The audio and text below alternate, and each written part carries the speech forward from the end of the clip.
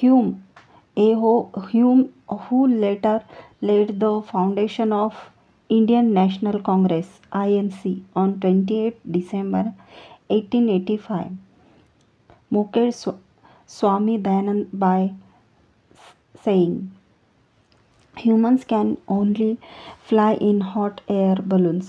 One can fly by making aircrafts in dreams only. Swamiji is not well mentally." It has been 133 years now since INC was founded, and Rahul Gandhi has replaced AO Hume, but still there seems no difference in their thoughts. Question: who was the for, foremost inventor? Answer: who invented the aircrafts? Answering this question, Swami Dayanand said that Vishwakarma was a person who had a system of art and skills. Vishwakarma is a name of Parameshwar God and one of the architects. Therefore, he proposed a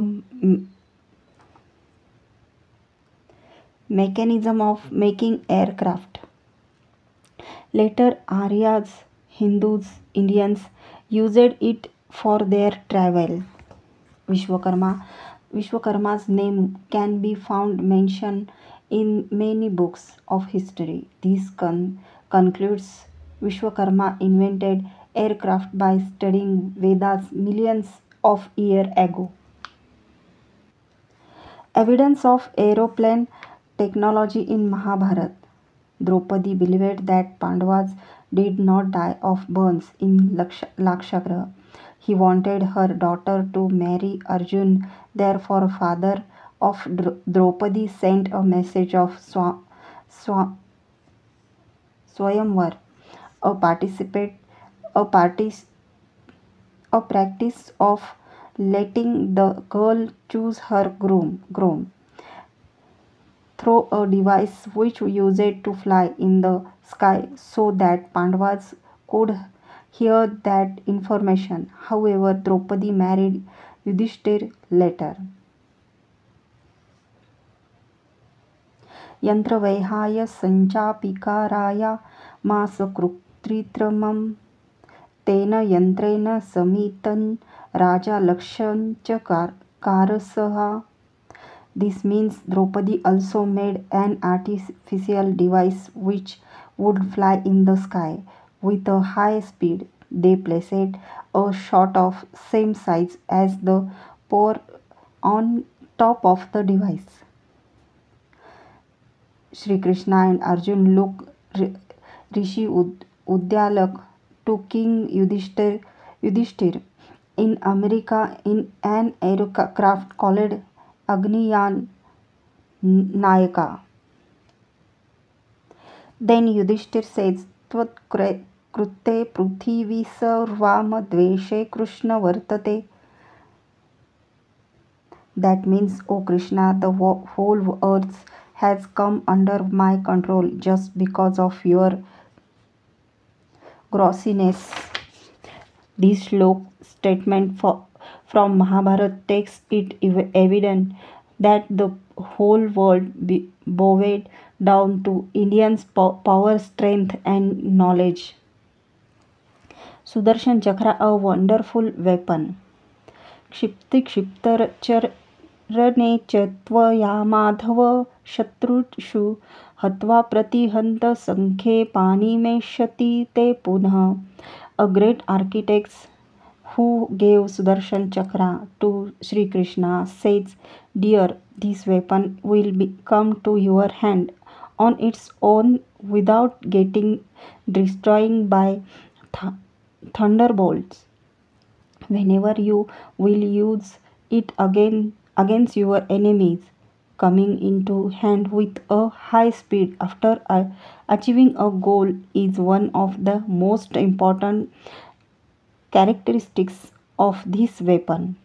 The greatness of this weapon is evident by the fact that No scientists have been able to invent such a device in this modern era.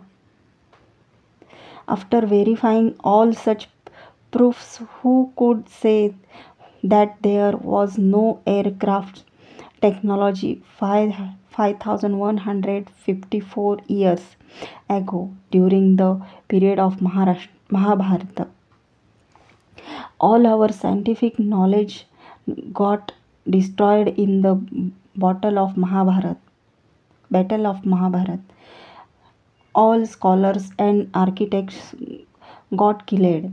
However, let us direct you towards the remaining proofs of scientific knowledge even after thousands of years later. Presence of aeroplanes in India until 500 AD. King Bhoj was the emperor of India about 1550 years ago. Scholars, architects, and authors were highly appreciated and respected during his reign. The great poet Kalidas was also a person who existed during that period. I have myself read his ancient texts called Bhoj Prabandha and Samarangan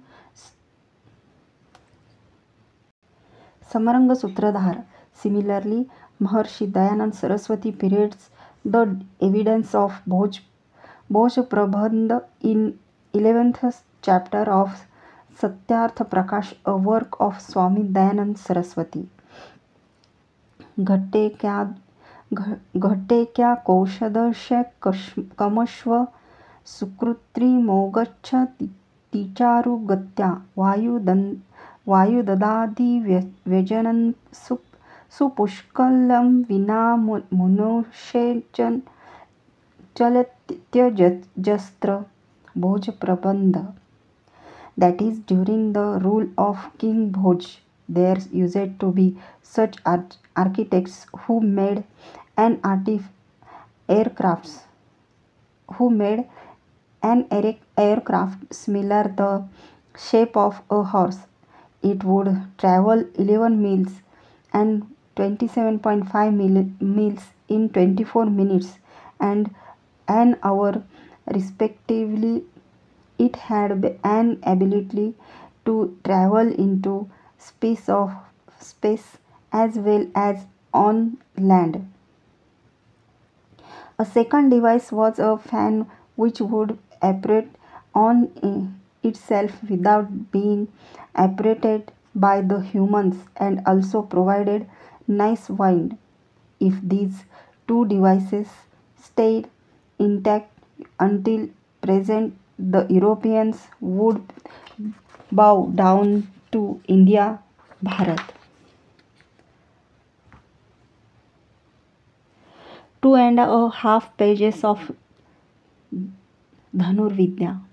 Swami Dayanand, the man with round face, and his teacher were the pioneers of a revolt led by saints in 1857. I will discuss this topic in specific in some other blog. However, Swamiji was very disappointed when this revolt failed due to Indians' mutual misunderstandings and lack of weapons. He once said, upon visiting the whole nation, India, I have found 2.5 pages of Dhanurvidya texts involving details on wars and politics. If I stay alive, I will publish the full version of it. This statement was repeated by him in November 1878. Ajmer and Rishi Dayanand, page number 61, and Deshbhakt के बलिदान, page number 500. Both of the rare books are available. Unfortunately, Swami Dayanand could not even complete the exposition of Vedas and he was murdered through a conspiracy.